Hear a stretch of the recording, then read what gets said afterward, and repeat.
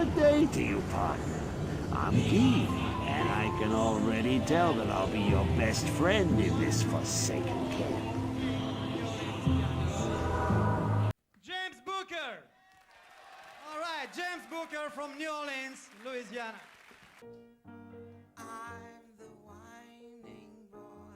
Hey guys, Weed Solo here, aka the Skeleton King. So I got a little sassy about this because I was having these conversations about Dclone, not even with Space Jumper, just in case someone gets testy.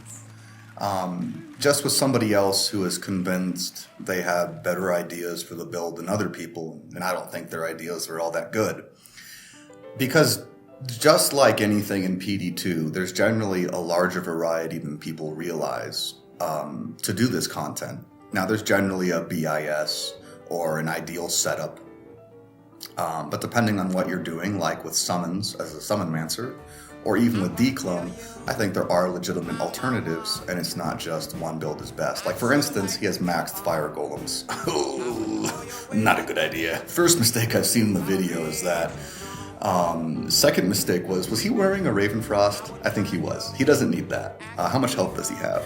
So I was having a conversation with Space Jumper about the final Cold Nova wave.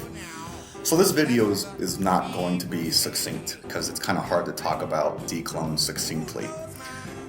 There's basically a few mechanics you need to be prepared for, and one of them is the Cold Nova.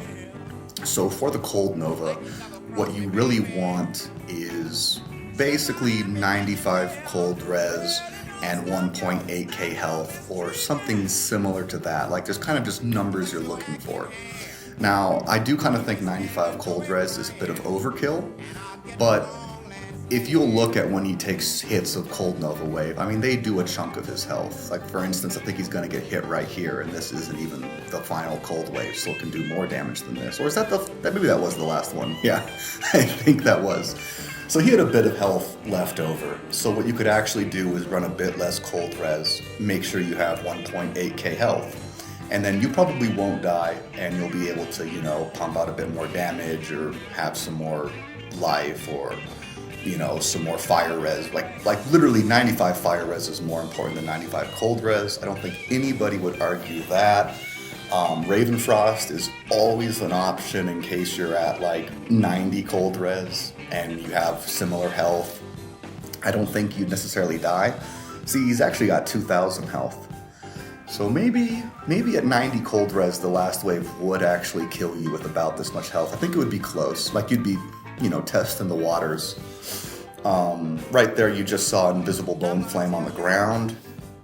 A lot of people just assume that this fight has gotten harder, and while I wouldn't disagree with that, there's one thing you gotta know about the fight and its original design.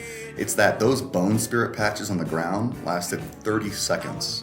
So there would be desync or invisible fire patches all over the place. And although the fight is harder, especially in Season 3, it was really obnoxious dealing with that. By the way, you see these meteors, they're pretty easy to avoid, but you might get hit by one. Basically, lightning res is pointless. As long as you have, a good chunk of PDR, even 25%, and, you don't just face tank the laser, you can take a couple ticks and you'll be fine. The ground fire is pretty dangerous, but since you're running 95 fire res, you should be fine there. CTA is almost a must because it gives you another 200 health, skills, things like that.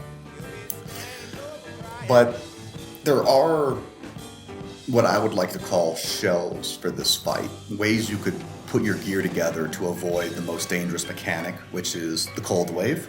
Just because the reason why the cold wave is so dangerous is, someone might say, but you could always avoid it. No.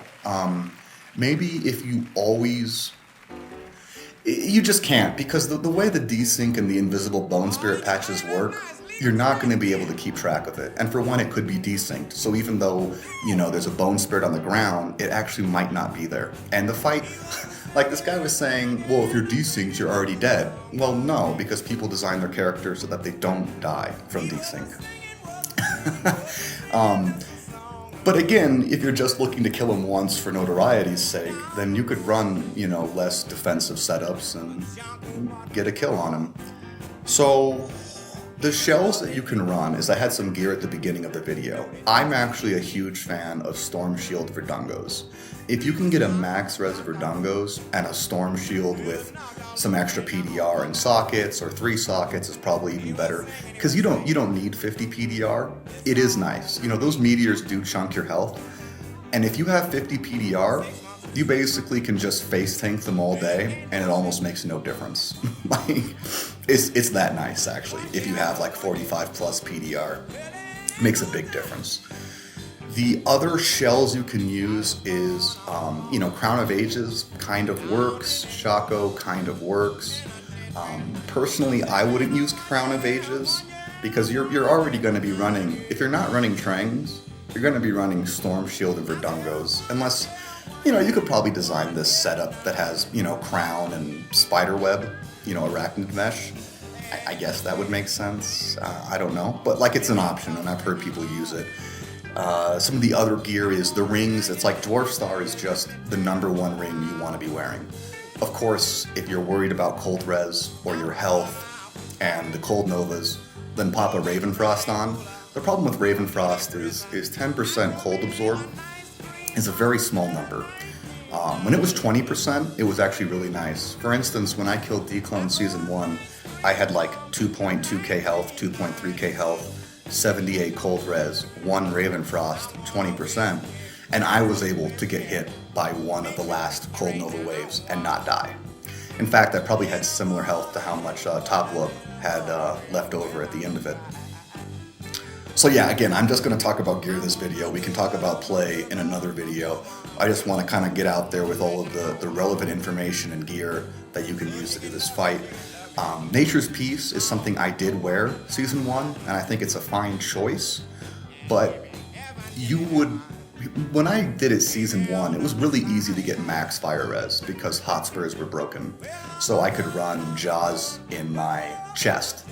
But the reason why Dwarf Stars are just such good rings is because they give you life, they give you fire absorb, they just give you stats that are really good for this fight, and it beats Nature's Peace in my opinion. But if you need some extra cold res or fire res, throw on a Nature's Peace, or even 2. Don't waste time casting Oak Sage. I always tried, and he's just gonna die. He's gonna die so quick you're gonna waste time casting it than not casting it. And that's kind of another thing to think about this fight, is every time you cast a spell, you take a risk at taking damage. Yes, you could put yourself in a position to not get hit, like Top Nut is doing right here, but there could be some desync going on. I mean, trust me, if you think you're never going to get hit by a desync Bone Spear and it's going to pop in your face and you're suddenly going to take a bunch of damage, get a reality check, buddy, because it's going to happen more likely than not. Some other key gear, of course, CTA is great. I said Ravenfrost. Nokazan's Relic is a solid amulet. I actually think the amulet you want, now again, max fire res is harder to get, but you would want a crafted Necroammy. So, +2 skills, some FCR is always nice in anything. And then you're going to want to get that max res core. And I think that would always be BIS unless you desperately needed max fire res because of, gear restrictions. And that kind of goes with the Trang set in general, is that the Trang set really isn't as good as you think. It's kind of a trap. Like for instance, if you look at Bramble's actually great for this fight. Verdungo's Storm Shield. Shaco even has useful statistics. Like Trang's just kind of gives you a bit of everything, and Fire Mastery. If it wasn't for Fire Mastery, you would never see this set used basically for anything, except for very lazy play. Oh my god, he almost died. So that's why you play so tanky. For the boots, Water Walks work, or Hotspurs. I would probably go Hotspur, as long as you found a good one, but Water Walks, again, they're super nice, have great stats, so it's not really a problem. It's a great piece of gear to use. Besides that, there's like some gloves you could throw on if you really wanted to. And for the weapon, the big thing you should use is, of course, you can use Hexfire for fire, D-Web for poison, but Phoenix.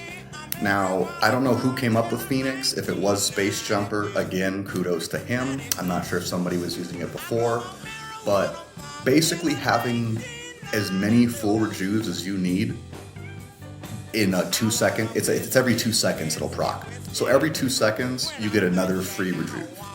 You do have to cast, so it's not just that good, but it's close to that good. I mean, it's kind of, I would never do the fight without it. I would never do the fight without it if you were trying to farm Dclone to make money. If you're just doing Dclone to do Dclone, then okay, but it doesn't matter. But if you're gonna do multiple Dclones a day, you're looking for consistency, not a speed kill. Okay, I think I did everything. Oh, one last thing. The Bone Spirits, when they pop, they lower your fire res by 50. So just overcap your fire res by 50. It's really easy to do. Oh, another thing. So Space Jumper said the reason he suggested Fire Golem Firewall was because you don't need skillers. Fire Golems don't scale with plus skills. Firewall doesn't either. So you can wear 45 lifers in your inventory, which actually is kind of a cute idea. I hate Firewall, but if you're really that budget, then Firewall Fire Golem with 45 lifers would be a legitimate option. Alright guys, Skelly King out. More videos to come. GG.